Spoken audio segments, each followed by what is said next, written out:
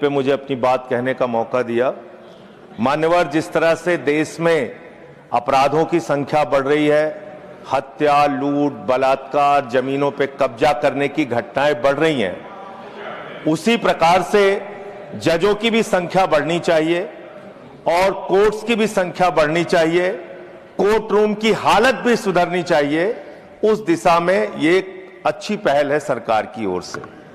लेकिन मान्यवर, मैं आपके माध्यम से इस सरकार से पूछना चाहता हूं कि देश के जिला न्यायालयों में 5 करोड़ केसेस पेंडिंग पड़े हुए हैं।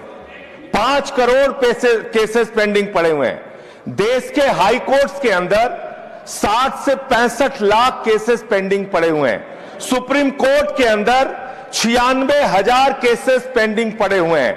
क्या उसके हिसाब से आपके पास जजेज की संख्या पर्याप्त है?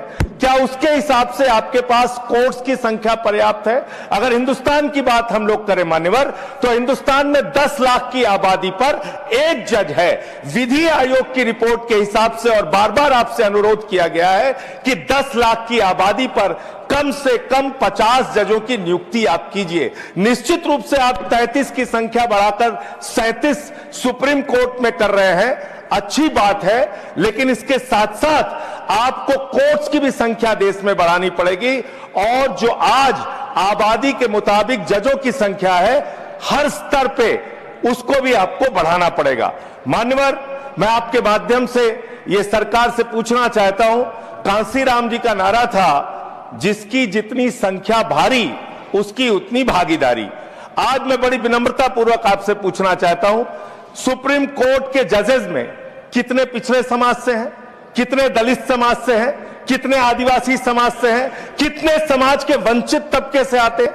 नहीं मान्यवर, उनकी भागीदारी बिल्कुल शून्य है। इसलिए न्याय अगर आप करना चाहते हैं, आज न्यायपालिका हो, कार्यपालिका हो, विधायिका हो, पत्रकारिता हो, सब में बराबर का प्रतिनिधित्व समाज के वंचित, शोषित, पिछड़े, दलित, आदिवासी तबके को देना होगा। इसके साथ साथ मैं अनुरोध यह भी सरकार से करना चाहता हूं, न्याय की स्थापना तब होती है जब ऊपर से लेकर नीचे तक न्याय करता हुआ दिखे।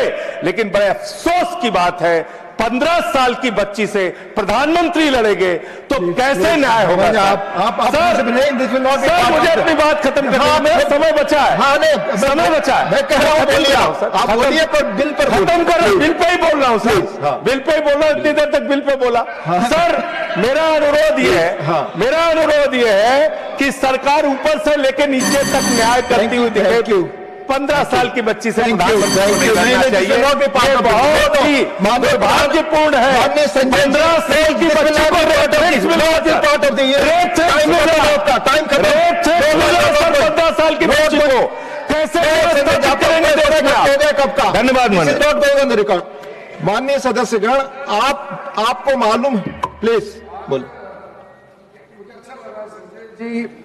संजय सिंह जी पहली बार किसी गवर्नमेंट